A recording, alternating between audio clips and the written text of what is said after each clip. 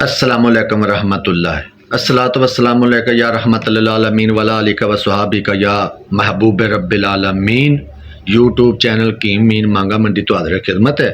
आज का हमारा मौजू है बिस्तर पर पेशाब निकल जाना, जिसे एलोपैथिक में बेड वेटिंग या तिब्बे यूनानी में बौल फिल फराश कहते हैं।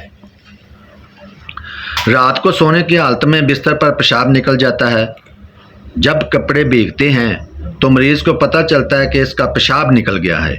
सामेईन ज़हन नशीन कर लें, सामेईन इस पर गौर फिक्र कर लें कि पेशाब की ये तकलीफ़ नफ्सियाती तौर पर ख्वाब की हालत में हुआ करती है। यानी हकीकत में मरीज़ ख्वाब की हालत में होता है, इस वक्त महसूस कर रहा होता है कि वो लैट्रिन वगैरह पर पेशाब कर रहा है, लेकिन चूँकि वो इस वक्त ख्वाब की हालत में बिस्तर पर सोया होता है, लिहाजा पेशाब बिस्तर पर निकल जाता है। इसी निस्बत से इस तकलीफ़ को बौल फिल फराश कहते हैं। इसकी अलामात ये नोट कर लें, इसकी कुछ अलामात होती हैं। अमूमन रात को या दिन को सोते हुए बिस्तर पर पेशाब निकल जाता है। बाज़ दफ़ा बिस्तर पर सोते ही पेशाब निकल जाता है। जब इसे जगाया जाता है या कपड़े तब्दील कर दिए जाते हैं तो दोबारा सोते ही फिर पेशाब निकल जाता है। इसी तरह अक्सर बार बार पेशाब आता है। मरीज़ के घर वाले परेशान होते रहते हैं। जिस तरह बहुत सारे पेशेंट हमारे पास आते हैं और बहुत सारी बीबियां जे हमसे शिकायत करती हैं बच्चों की कि सारा दिन जे भागते दौड़ते फिरते हैं, लेकिन जब मैं इनको रात को सुलाती हूँ तो सोते ही ये बिस्तर पर पेशाब कर देते हैं। माओं के लिए इसमें बहुत ज़्यादा तकलीफ़दा मसला होता है और बच्चों को भी पता नहीं चलता। उनकी मेन वजूहत ये होती है कि वो बाहर से ना ये गोलियाँ टाफ़ियाँ और ये ठंडी मीठी चीज़ें खाती रहती हैं और अक्सर माओं को भी नहीं पता होता, रात को सोते वक्त उन्हें दूध की प्याली दे देती हैं कि चलो बच्चा इससे ताकतवर हो जाएगा, स्कूल में जाता है पढ़ता लिखता, चलो इससे एक्टिविटी ज़्यादा हो जाएगी। लेकिन ऐसा नहीं है भाई, वो तो पहले साबित तरीका। हाँ, एक नुक्ता जहाँ नोट कर लें, बच्चों का मजाज मैंने अपनी पहली वीडियो में बता चुका हूँ। बच्चों का मजाज असाबी यानी सर्द, जवानों का मजाज उजलाती यानी खुश्क। बच्चों का मजाज भी बता दिया, जवानों का बता दिया। रहा मसला औरतों का, उनका मजाज गुद्दी यानी गर्म होता है। और उसके बाद आ गए बुजुर्ग हजरात जिन्हें हम बूढ़े कहते हैं, उनका भी मजाज सर्द यानी असाबी ही होता है। तो फिर ख्याल करें कि ऐसे मरीजों को, ऐसे बच्चों को आपने ठंडी मीठी ग़िज़ा नहीं देनी, बिलखसूस बार शाप से आपने उसको टाफ़ी गोली नहीं खाने देनी। और घर में भी आपने चावल दही लस्सी जूस कुल्फ़ी आइसक्रीम और जो भी गन्ना गंडेरी ऐसी जो चीज़ें हैं वो आपने बच्चों को नहीं खाने देनी। ऐसे समझे सादा ज़बान में भी बच्चों का मसाना कमज़ोर है और कमज़ोरी की वजह असाबी तरीक़ है यानी सर्द ग़िज़ाओं का ज़्यादा इस्तेमाल है। तो इस मौसम में जो सर्दी का मौसम है तकलीफ़ ज़्यादा बढ़ जाती है और बहुत सारे मेडिकल स्टोर डॉक्टर कीमों से बहुत सारे मरीज़ दवाइयाँ लेते हैं हकीकत हाल से ना वाकिफ़ होते हुए। रिसर्च की दुनिया में नेट पर हकीम मीन रूहानी जिस्मानी मुआलज मांगा मंडी से पहली दफ़ा ये रिसर्च पेश कर रहा है। अगर ऐसी रिसर्च दुनिया में कहीं नेट पर पहले मौजूद हो तो मेरा नंबर 0300 पूरा 48/178 ये नोट कर लें या कमेंट में बताएं या मुझसे पूछें। ये मैं ही रिसर्च पेश कर रहा हूं और इसका मैं इलाज बता रहा हूं जो पेटेंट है और पक्का ठक्का इलाज है। इंशाल्लाह इससे जो बौल बिल फराश यानी बिस्तर पर बच्चे जो पेशाब करते हैं उनका मसला 100% इंशाल्लाह ठीक हो जाएगा। दोबारा नोट कर लें मेरी बात को कि इसमें सबसे ज़्यादा जो मसला है वो है परहेज़ का।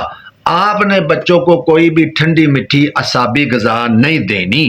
मरीज़ अपने वालिदैन को बताता है कि पेशाब तो लैट्रीन या रोड़ी पर किया था, बिस्तर पर कैसे निकल गया। आस्ता आस्ता उसे मालूम होता है कि इसे ख्वाब में पेशाब निकल जाता है। याद रखें, जिस तरह ख्वाब में इतलाम होता है बिल्कुल इसी तरह ख्वाब में बच्चे पेशाब किया करते हैं। तो इसकी भी तरीक कौन सी है, आगे एक पॉइंट नुक्ता और आ गया कि ये कौन सी तरीक है जिस्म में किस चीज़ की तेज़ी है जिस वजह से पेशाब निकल जाता है। तो उजलाती साबी तरीक यानी खुश्की और सर्दी का गलबा होता है। इसमें 8 से 9 साल के बच्चे अक्सर बिस्तर पर पेशाब किया करते हैं।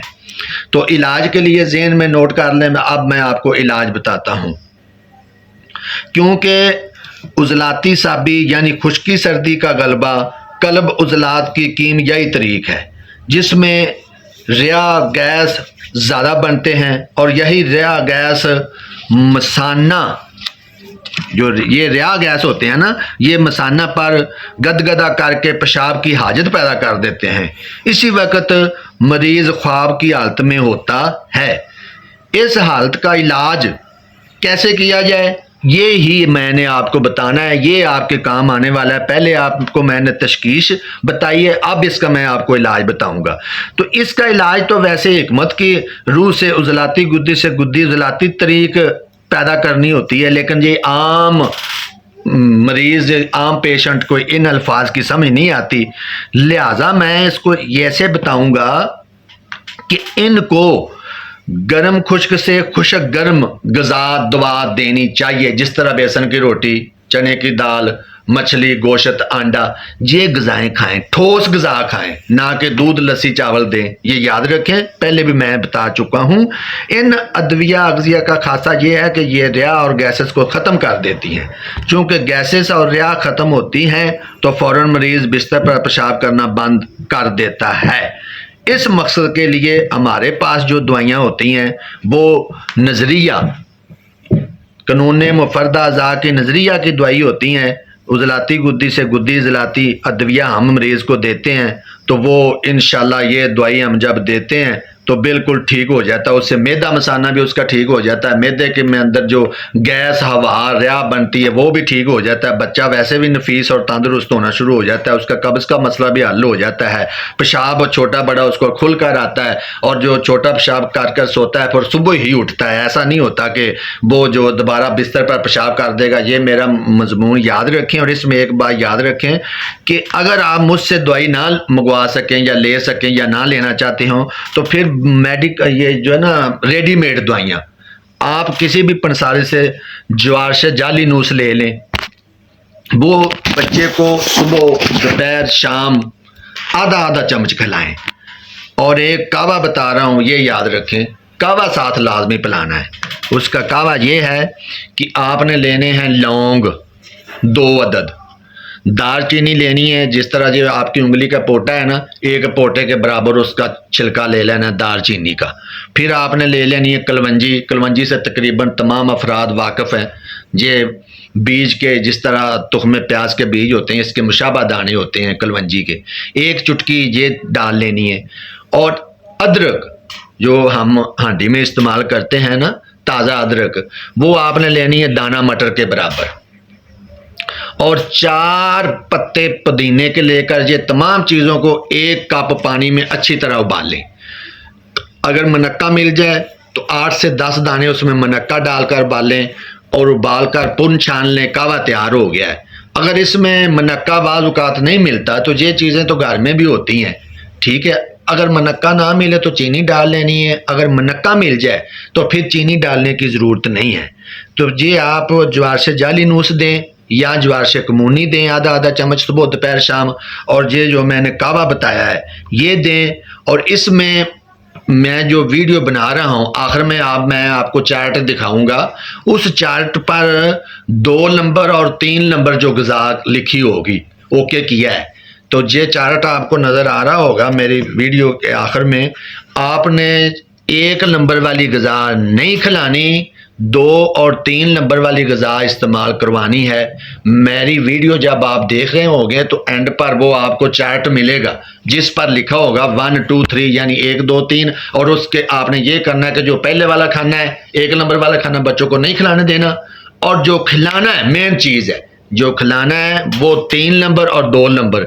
ये इंशाल्लाह 1 महीना आप इस तरह करें तो बगैर दुआ भी ठीक हो सकते हैं। अगर किसी ने वो अपना दवाई लेनी हो हमारे पास से तो मैंने वो नुस्खे दर्ज भी कर दिए हैं, जो लेनी है वो हमसे ले सकता है। अगर कोई नहीं लेना चाहता तो इंशाल्लाह ताला ये कावा पिलाएं, इससे भी मसला अल्लाह के फजलो करम से हल हो जाएगा इंशाल्लाह ताला। अपनी दुआओं में याद रखना। अल्लाह की रज़ा के लिए मैंने आपको नुस्खा नोट कर दिया है। ਜਿਹੜੀਆਂ ਗੁੱਡੀਆਂ ਆਪੇ ਉੱਡੀਆਂ ਉਹ ਕਦੀ ਨਾ ਚੜ੍ਹਨ ਚੜਾਈਆਂ, ਉਹ ਗੁੱਡੀਆਂ ਚੰਗੀਆਂ ਹੁੰਦੀਆਂ ਜਿਹੜੀਆਂ ਸਾਈਆਂ ਆਪ ਚੜਾਈਆਂ।